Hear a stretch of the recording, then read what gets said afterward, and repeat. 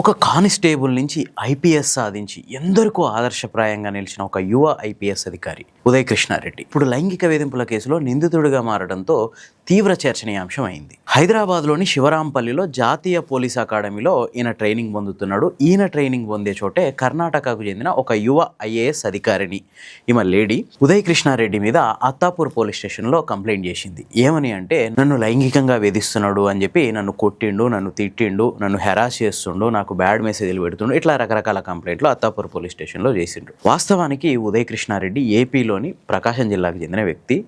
చిన్నతనంలోనే తల్లిదండ్రులు కోల్పోవడంతో నాయనమ్మ కూరగాయలు అమ్మి ఉదయ్ కృష్ణారెడ్డిని పెంచింది.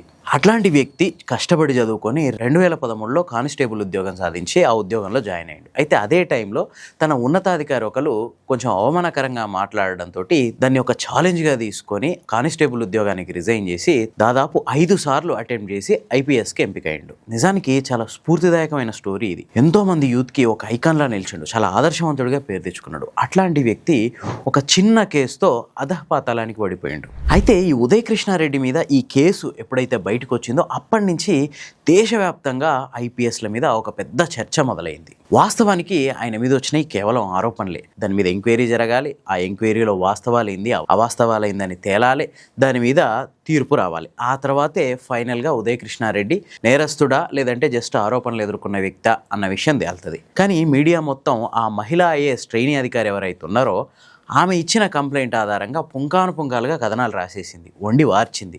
తెలియని విషయాలు కూడా తెలిసినట్టు, ఉదయ్ కృష్ణారెడ్డి పూర్తిగా ఒక దుర్మార్గుడు అన్నట్టు, ఎంతో కష్టపడి సాధించిన ఐపీఎస్ జాబ్ని ఒక చిన్న పనికిమాలిన ఇష్యూతో పోగొట్టుకోబోతున్నాడు అన్నట్టు సోషల్ మీడియానే తీర్పు రాసేసింది. అయితే ఇది జరిగిన తర్వాత 1-2 రోజులకి ఉదయ్ కృష్ణారెడ్డి ఆత్మహత్యాయత్నం చేస్తూ ఒక లెటర్ రాసిండు మరణ వాంగ్మూలం కింద. ఆ లెటర్ ఇప్పుడు ఈ కేసులో ఇంకో కోణాన్ని చూపిస్తుంది. అందులో ఆయన ఏం చేసిండంటే, మేమిద్దరం పరస్పర అంగీకారంతో అన్నీ చేసినాం, ఆమె నన్ను ప్రేమించింది, నేను ఆమెను ప్రేమించిన, కావాలంటే నా దగ్గర దానికి వాట్సాప్లో మెసేజ్లు, చాట్లు, ఈ ఆధారాలన్నీ ఉన్నాయి, వీడియో ఆధారాలు కూడా ఉన్నాయి.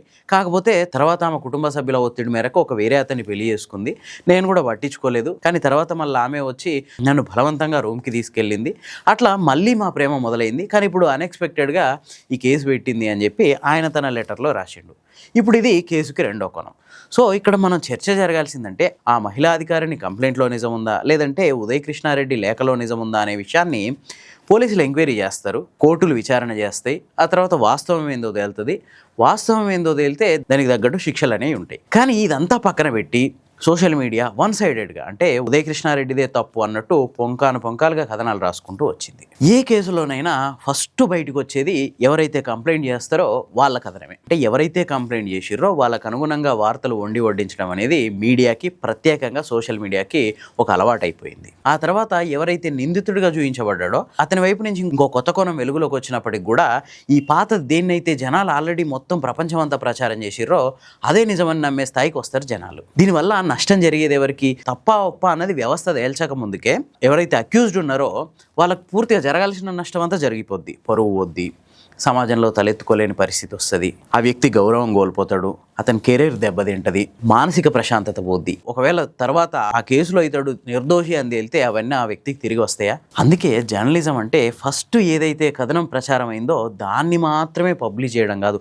నేను ముందు అని చెప్పి ఎవరు ముందు పబ్లిష్ చేస్తారు విషయాన్ని అనేదే కాదు, వాస్తవాలు ఏందో కూడా కొంతవరకు తెలుసుకోవాలి. అవతలి వ్యక్తి ఏం చెప్తున్నాడు అనేది కూడా వినాలి. ఆ తర్వాత ఆ కేసులో ఉన్న ప్రతి యాంగిల్ని అక్కడ చెప్పాలంతే తప్ప మనమే విశ్లేషణలు చేసేసి అయిపోయింది ఉదయ్ కృష్ణారెడ్డి ఇదే అని చెప్పి తీర్పులు ఇచ్చేస్తే అది ఎంతవరకు కరెక్ట్? అయితే ఇక్కడ ఉదయ్ కృష్ణారెడ్డి జీవితం మరొక ముఖ్యమైన సందేశాన్ని కూడా మనందరికి ఇస్తుంది. అదేంటంటే, కానిస్టేబుల్ నుంచి ఒక ఐపీఎస్ స్థాయి అధికారిగా ఎదగడం అంటే మామూలు విషయం ఏం కాదు, అది ఒక అసాధారణ విజయం. అట్లాంటి వ్యక్తి తన వ్యక్తిగత జీవితంలో తీసుకున్న కొన్ని నిర్ణయాలు అవి ఎట్లాంటి పరిస్థితుల్లోనైనా సరే, అంటే ఆవిడ అతన్ని మోసం చేసిందా, ఆయన ఆమెను మోసం చేసిందా అన్న పక్కకు పెడితే, ఆయన తీసుకున్న నిర్ణయం ఏదైతే ఆత్మహత్యాయత్నం ఉందో అది మాత్రం అతని జీవితాన్ని ఒక సంక్షోభంలోకి నెట్టింది. ఈ కేసులో ఫైనల్గా వచ్చేసరికి చట్టం ఏం చెప్తుంది, ఎవరి వాదన నిజం, ఎవరి వాదన అబద్ధం అనేది ఫైనల్గా ఏదో ఒక రోజు తేలుతుంది.